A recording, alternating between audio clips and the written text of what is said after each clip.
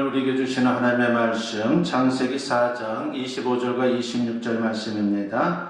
아담이 다시 자기 아내와 동침하며 그가 아들을 낳아 그의 이름을 셋이라 하였으니 이는 하나님이 내게 가인이 죽인 아벨 대신에 다른 씨를 주셨다 함이며 셋도 아들을 낳고 그의 이름을 에노스라 하였으며 그때 사람들이 비로소 여호와의 이름을 불렀더라. 아멘. 오늘 이 말씀을 가지고 에노스 인생이라고 하는 제목으로 같이 은혜를 나누고자 합니다. 우리가 사는 세상은 겉보기와 달리 항상 불안합니다. 개인도 마찬가지로 언제 어떤 일이 벌어질지 모릅니다. 건강하던 사람이 갑자기 병들어 죽고 사건과 사고를 당하는 그러한 일들이 참으로 많습니다. 이런 모습들을 보느라면 인간에게 무슨 소망이 있나 라고 하는 그런 생각이 들곤 합니다. 그런데 감사한 것은 이러한 인간 역사 속에 하나님께서 개입하셨다는 것입니다. 만일 하나님의 개입이 없었다면 벌써 우리 인간은 멸망하고 말았을 것입니다. 그러므로 세상이 뒤숭숭할수록 우리는 하나님만 바라보아야 합니다. 이게 살 길입니다. 오늘 본문을 보면 인류 역사 초기의 모습을 기록하고 있습니다. 먼저 그 배경이 되는 창세기 3장을 보면 인류의 조상 아담과 하와가 하나님을 배반하고 타락한 후에 인간 세상에 사망과 저주가 들어왔습니다. 그러나 하나님은 구원의 복음을 선포하심으로 우리 인류에게 소망을 주셨습니다. 창세기 3장 15절 말씀을 보니까 내가 너로 여자와 원수가 되게 하고 내 후손도 여자의 후손과 원수가 되게 하리니 여자의 후손은 내 머리를 상하게 할 것이요 너는 그의 발꿈치를 상하게 할 것이니라 하시고 라고 했습니다. 여자의 후손이 인간을 사망과 저주로 몰아간 사탄을 괴멸하게 될 것에 대해서 예언을 하고 있는 것입니다. 십자가의 대속으로 인류를 구원할 하나님의 계획을 최초로 밝힌 그런 말씀입니다. 그래서 이 구절을 원시복음이다라고 그렇게 부릅니다. 그러면서 죄로 인해 수치를 느끼고 무화과 나무 잎으로 옷을 해입었던 아담 부부에게 하나님은 친히 가죽옷을 지어 입혀줍니다. 가죽옷은 뭡니까? 대속의 십자가를 예표하고 있는 것이죠. 그런데 아담의 두 아들 가인과 아벨이 영적으로 갈라집니다. 아벨은 신앙의 사람이었지만 가인은 불신앙의 사람이었습니다. 인류가 구원받을 거룩한 씨와 멸망할 세속의 씨로 갈라질 것을 보여주고 있는 것입니다. 그런데 안타깝게도 가인이 아벨을 살해합니다. 그러면서 거룩한 씨가 끊어지는 듯 보였습니다. 그러나 하나님은 아담과 하와에게 아들을 새로 줍니다. 그가 누구입니까? 오늘 본문 25절 말씀에 보면은 아담이 다시 자기 아내와 동침하며 그가 아들을 낳아 그의 이름을 셋이라 하였으니 이는 하나님이 내게 가인이 죽인 아벨 대신에 다른 씨를 주셨다 함이며 라고 했습니다. 아벨 대신 다른 씨를 주셨는데 셋이라 이름을 지었습니다. 셋은 허락하다, 지정하다라고 하는 뜻입니다. 그러니까 신앙의 사람 아벨을 잇는 거룩한 씨로 셋을 주셨다라고 하는 것을 신앙 고백하고 있는 것입니다. 가인을 중심으로 하나님을 거부하는 불신앙의 계보가 전개되는 가운데에 하나님께서 아담에게 거룩한 씨, 즉 신앙의 계보를 이어주신 것입니다. 그리고 셋이 장성한 후에 아들을 낳았고 그 이름을 에노스라 지었습니다. 본문 26절 말씀을 보면 셋도 아들을 낳고 그의 이름을 에노스라 하였으며 그때 사람들이 비로소 여호와의 이름을 불렀더라 하고 있습니다. 에노스는 연약한 존재, 죽을 수밖에 없는 유한한 존재라고 하는 뜻을 갖고 있습니다. 에노스의 아버지 셋이 인생을 보니 인간이 아무것도 아니라는 것입니다. 인간 자체로는 아무런 소망이 없다라고 하는 것이죠. 하나님의 은혜가 없으면 죄악된 인간들끼리 서로 치고받다가 결국은 멸망할 것입니다. 이런 현실을 인식하면서 셋은 인생과 세상에 대해 깊이 이해를 하게 됩니다. 그리고 하나님을 바라봅니다. 이게 신앙입니다. 그러면서 본격적으로 예배 생활이 시작되었습니다. 본문 26절 하반절 말씀을 보면 비로소 여호와의 이름을 불렀더라 하겠습니다. 여호와의 이름을 불렀다는 것은 공식적인 예배 생활이 시작되었다라고 하는 뜻입니다. 26절 한 구절 속에 놀라운 의미가 포함되어 있습니다. 인간은 연약하고 결국은 죽을 수밖에 없는 유한한 존재라고 하는 것을 이 말씀 속에 포함이 되어 있는 것이죠. 이런 겸손한 고백이 신앙의 출발이 되는 것입니다.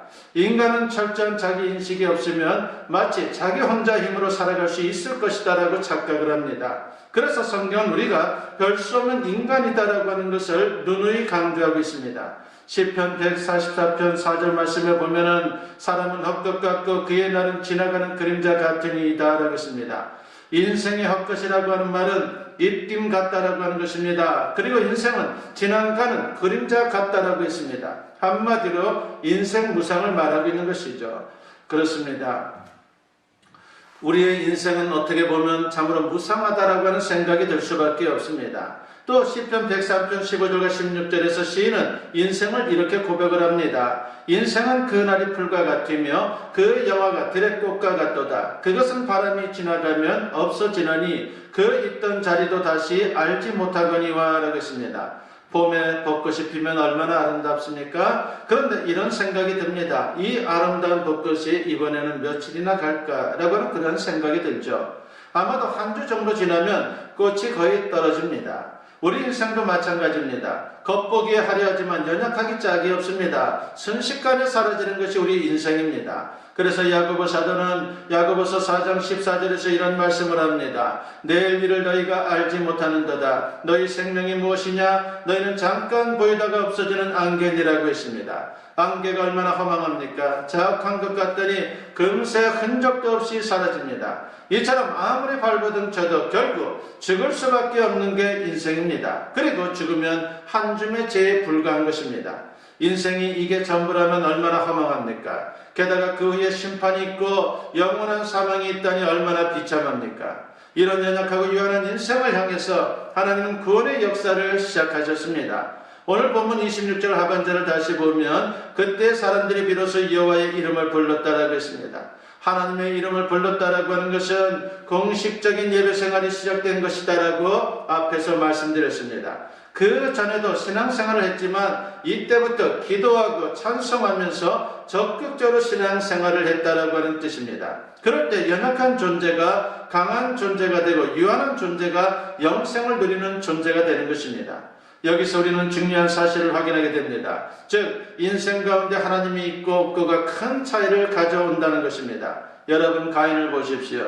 육신적으로 그는 아담의 아들입니다. 그러나 그는 불신앙의 사람이었습니다. 창세기 4장 16절 말씀에 보면은 가인이 여호와 앞을 떠나서 에덴 동쪽 놋 땅에 거주하더니 라고 했습니다. 가인이 이사를 하는데 이것은 단순히 지리적 이동만을 말하는 것이 아닙니다. 그의 영적인 상태를 가리키는 것이죠. 하나님에게서 멀어졌다는 뜻입니다. 가인은 불신앙의 사람입니다. 가인과 그 후손들이 하나님 없이 살던 것은 놋 땅이었습니다. 놋은 유리, 방암, 도피 등의 뜻을 가지고 있는 곳입니다. 그들은 자기들 간에는 하나님 없이도 잘 살 수 있다라고 그렇게 생각했습니다. 사실 겉보기에는 그랬습니다. 물질 문명도 발달했습니다. 큰 성을 쌓았습니다. 성을 쌓았다라고 하는 것은 요새를 높이 쌓았다라고 하는 것이죠. 결국 무슨 말입니까? 불안했다는 것입니다. 그리고 많은 것들을 행하고 성취한 것처럼 보였지만 결과는 허무였습니다. 솔로몬이 하나님을 떠나 살다가 마지막에 고백했던 말 그대로 된 것입니다. 전도서 2장 11절에 보면 솔로몬이 이런 고백을 합니다. 그 후에 내가 생각해 본즉 내 손으로 한 모든 일과 내가 수고한 모든 것이 다 헛되어 바람을 잡는 것이며 해 아래에서 무익한 것이로다 라고 했습니다. 여기서 헛되다는 말은 입김을 뜻합니다. 아무리 발버둥 쳐봤자 인생은 에노스라고 하는 것입니다. 그러므로 우리 인생의 유일한 소망은 하나님을 바라보는 것입니다. 인간 스스로의 모습만 보면요 에노스일 수밖에 없습니다. 그러나 하나님을 바라보고 하나님을 부르면 구원의 소망이 있는 것입니다. 그리고 강한 존재, 즉 축복의 인생이 되는 것입니다. 그리고 영생을 누리는 영원한 존재가 됩니다. 26절 말씀을 다시 보면 셋도 아들을 낳고 그의 이름을 에노스라 하였으며 그때 사람들이 비로소 여호와의 이름을 불렀다라고 했습니다. 그런데 여호와의 이름을 부른다는 말이 믿음의 조상인 아브라함 이야기에도 등장하고 있습니다. 창세기 12장 8절에 보니까 거기서 베델 동쪽 산으로 옮겨 장막을 치니 서쪽은 베델이요 동쪽은 아이라 그가 그곳에서 여호와께 제단을 쌓고 여호와의 이름을 부르더니 라고 했습니다. 이것이 바로 인간이 동물이나 식물 등 미물들과 다른 특징을 말하는 것입니다. 인간은 하나님의 형상대로 창조된 만물의 영장입니다. 영혼을 가진 영적인 존재이죠. 그러므로 하나님을 만나고 교제해야 우리 인생은 잘 살 수 있는 것입니다. 이게 신앙입니다. 인간은 신앙이 있어야 비로소 참 인간일 수 있습니다. 그러므로 우리는 에노스의 계보를 이어가는 신앙의 사람이 되어야 합니다. 그래야 강한 존재가 되는 것입니다. 사실 인간은 너무 연약합니다. 그래서 에노스라 말할 수밖에 없습니다. 그러나 하나님을 의지할 때 강해질 수 있고 새 힘을 얻을 수 있게 되는 것입니다. 이사야 40장 31절 말씀에 보니까 오직 여호와를 앙망하는 자는 새 힘을 얻으리니 독수리가 날개치며 올라감 같을 것이요 다른 박질하여도 곤비하지 아니하겠고 걸어가도 피곤하지 아니하리로다 라고 했습니다.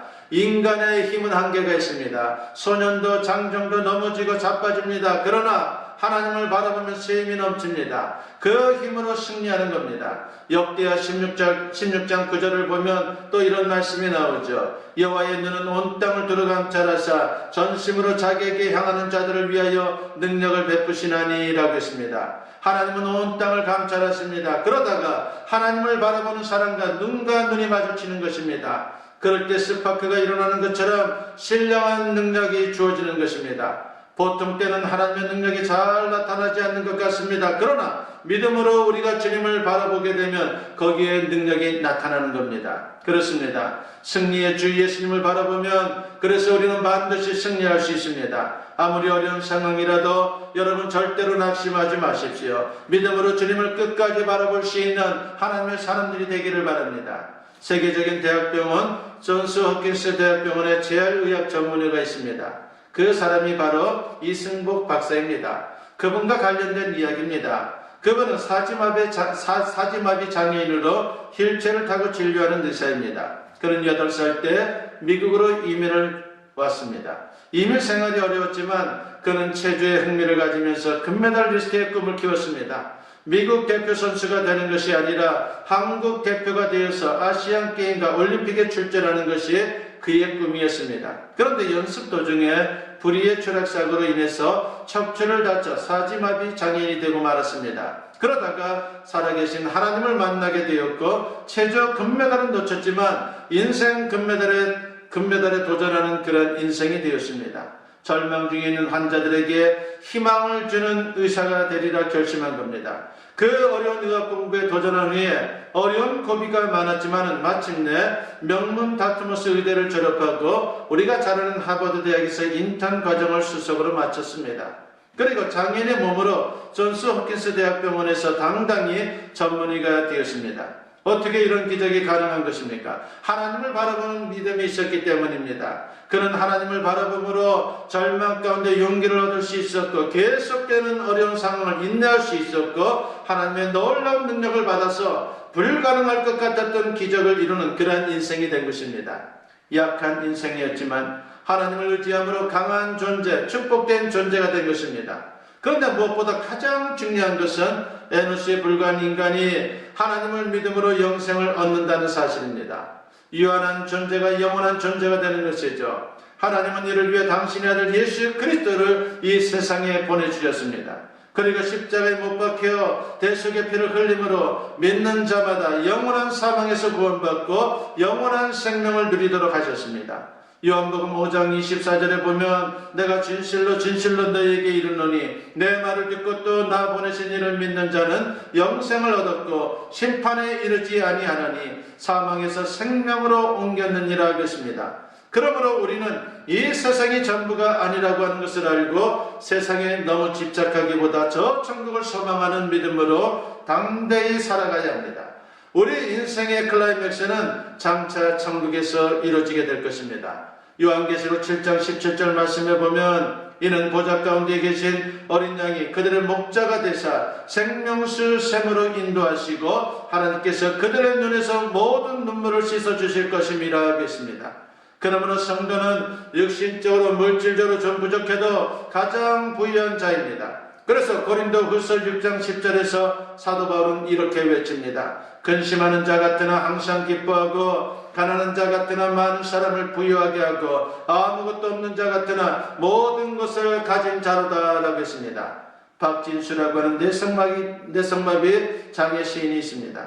그분의 시 중에 나는 부자예요 라고 하는 그런 작품이 있습니다. 거기에 나오는 내용입니다. 나는 부자예요. 내 말이 자유롭지 못하여도 주님과 대화할 수 있으니까요. 나는 부자예요. 내 손이 자유롭지 못하여도 주님이 전하는 글 쓸 수 있으니까요. 나는 부자예요. 내 말이 자유롭지 못하여도 주님 복음 가지고 전할 수 있으니까요. 나는 부자예요. 내 집이 아무리 가난할지라도 주님 말씀 먹을 수 있으니까요. 나는 부자예요. 천하보다 더 귀중한 생명을 가졌으니까요. 나는 부자예요. 나는 행복해요. 주님이 나를 사랑하고 계시니까요. 라고 했습니다. 여러분, 이 기쁨을 아시겠습니까? 예수님을 믿으면서 이런 기쁨을 체험해야 합니다. 그러기 전에는 아무리 많은 물질을 소유해도 세상에서 이런저런 좋다는 것을 다 경험해봐도 참 만족과 행복을 얻을 수 없는 것입니다. 그러므로 저와 여러분은 육적인 풍요를 너무 지나치게 추구하지 말고 방향을 틀어서 이제는 영적인 풍요를 추구할 수 있는 하나님의 사람들이 되었으면 합니다. 우리 인생은 누구도 예외 없이 에노스, 즉 연약한 존재, 유한한 존재입니다. 이 사실을 솔직히 인정하고 하나님께 나아가는 사람이 지혜로운 인생입니다. 세상을 보십시오. 사람들이 인생을 사는 모습을 보십시오. 사실 인간에게는 소망이 없습니다. 오직 하나님만 바라보는 신앙으로 살아야 하는 것입니다. 하나님을 예배하고 찬양하고 그분께 기도하고 사십시오. 그래서 이 세상에서 강한 존재로 승리할 뿐만이 아니라 이 세상을 떠날 때에는 영원한 존재로 천국에 들어갈 수 있는 저와 여러분 모두 될 수 있기를 주님의 이름으로 간절히 축원합니다. 기도드립니다. 사랑과 은혜가 충만하신 아버지 하나님 감사합니다. 우리 인생은 에노스라고 했습니다. 아버지한테 나는 부족한 존재, 연약한 존재라고 하는 것을 깨달을 때에 우리가 비로소 하나님 중심으로 살아갈 수 있다라고 하는 것을 오늘 말씀을 통해 들려주시니 감사합니다. 아버지 하나님, 연약한 존재이지만 우리가 주님 바라보게 하시고 주님 의지하게 하시고 그로 말미암아 주님의 능력을 부여받아서 축복된 인생, 승리의 인생을 살아갈 수 있는 하나님의 사람들 다 되게 하여 주시옵소서. 감사드리옵고 예수님의 이름으로 기도드리옵나이다. 아멘. 축복 기도드립니다. 이제는 우리 주 예수 그리스도의 은혜와 아버지 하나님의 무궁하신 사랑하심과 성령의 감화감동 역사 충만하심이 오늘 주님께 예배로 영광 돌리며 선포된 말씀과 같이 에노스 인생임을 고백하며 언제나 주님 바라보고 주님 의지하는 신앙으로 넉넉히 세상을 이길 수 있는, 그리고 능력의 인생을 살아갈 수 있는 하나님의 백성들의 그 놀라운 역사를 마음에 담고 이제 세상을 향하는 주님의 사랑하는 자녀들 위해 지금으로부터 영원토록 함께 하시기를 간절히 축원하옵나이다. 아멘.